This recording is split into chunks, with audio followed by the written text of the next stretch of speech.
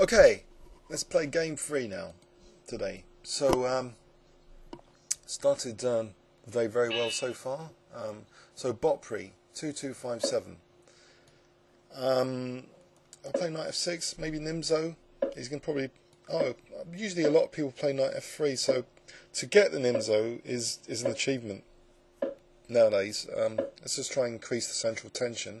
The knight here is a bit more passive than usual. I wonder about bishop a5, or maybe even c takes d here. Should I try c takes d? I think I will as an experiment. So if a takes, d takes. I think there's been some Karpov games where Karpov's put pressure on the c4 square on this semi-open file in particular. He's had nice knights, so we'll try for that. I know I'm giving dynamic compensation to white, the two bishops and a few other things. Okay, here, is there anything interesting apart from ed, which I get an isolated pawn? What if I play knight d5, invite the exchange of queens with knight d5? You know, maybe knight d5, queen d5. Or is that going to be, I don't know, the pawn structure is not brilliant for white, so it would unlock my bishop and the e file. So let's play with this isolated pawn. Hopefully this a file is not too devastating. So I want to try and get on this c4 square as I mentioned. So bishop e6 and stuff. Although this is an immediate problem. Maybe knight d7 to b6. Okay, let's go for this. Although bishop a5 and bishop b6 is something, he's already on that. Okay, like now. So how about b6 here? But then I'm giving them a7 as a target. I'm not sure what else to do though. If I end up losing the a7 pawn, well, this is double pawns anyway. So he'll need time to double up rooks.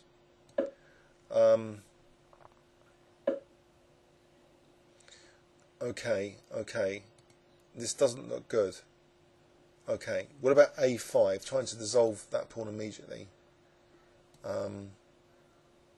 Could try this. Although he could win just d5.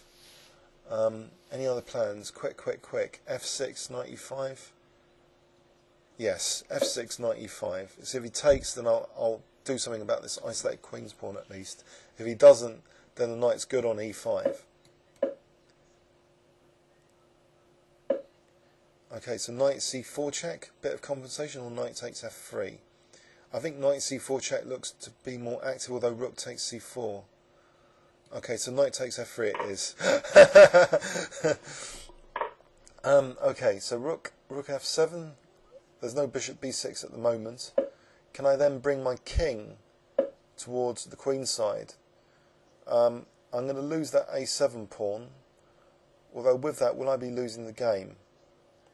If I play a5 here, bishop takes b6.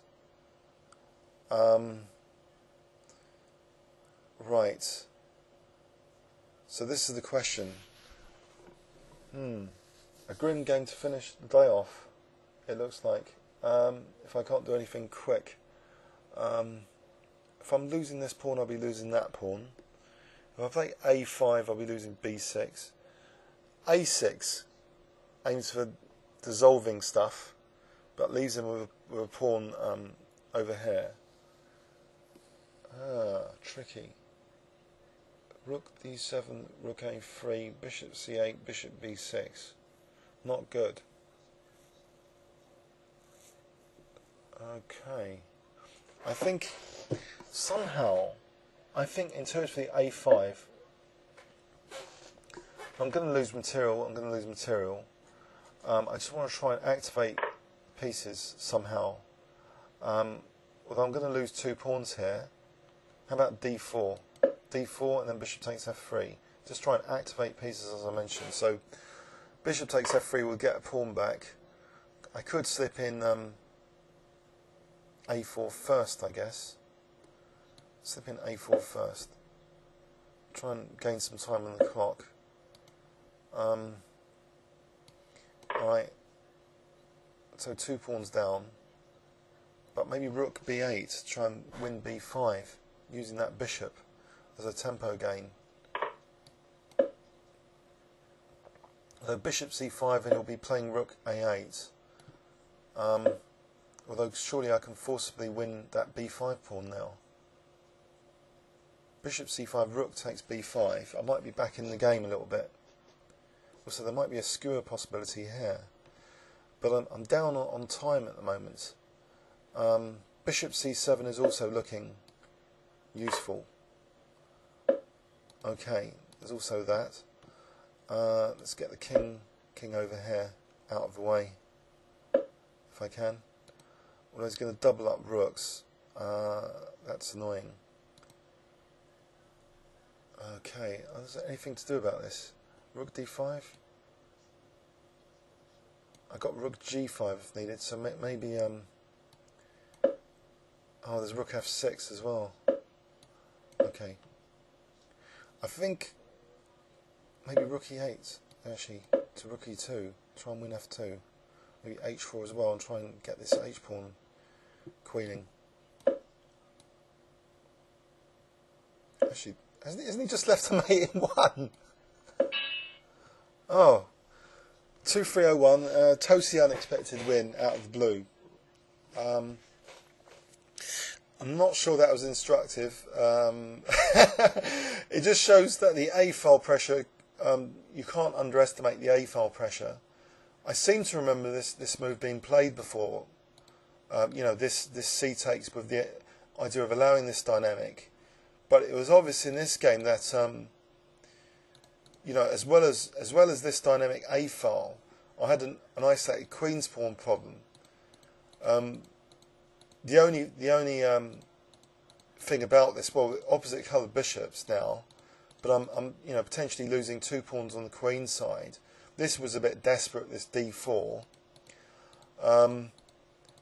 and somehow he didn't play bishop c5 here, because that pawn was immune then. Rook takes b5, there was rook a8. Oh no, that was eyeing a8. Maybe that's why he didn't play bishop c5.